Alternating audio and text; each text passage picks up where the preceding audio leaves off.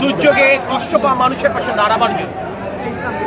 আপনারা দেখেছেন আমরা শুকনো খাবারের একটা প্যাকেট দিয়েছি, যে প্যাকেটের মধ্যে চিরা, মুড়ি, গুড়, অন্যান্য নিত্য প্রয়োজনীয় দ্রব্যাদি রয়েছে, যার ওজন 10 কেজির বেশি, এবং আরেকটা প্যাকেট আমরা 10 কেজি চালের প্যাকেট দিয়েছি।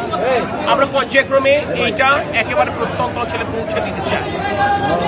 যে সমস্ত জায়গায় আমাদের স্থানীয় প্রশাসন তাদের জন্য পৌঁছানো কঠিন, সেখানে আমাদের কোস্টগার্ড, সেখানে বাংলাদেশের সশস্ত্র বাহিনী তারা আমাদেরকে সাহায্য করছে যাতে আমরা প্রত্যন্ত অঞ্চলে পৌঁছাতে পারি।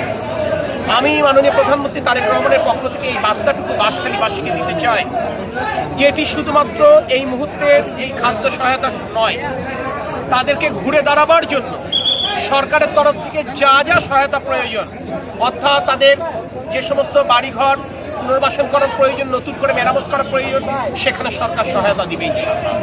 যেখানে ফসলের ক্ষেতের ক্ষতি হয়েছে, মাছের ঘের ভেসে গেছে, গবাদি পশুর ক্ষতি হয়েছে, সেই ক্ষতি পুষিয়ে দেবার জন্য জনগণের সরকার, তারেক রহমানের সরকার সর্বতভাবে তাদের পাশে থাকবে।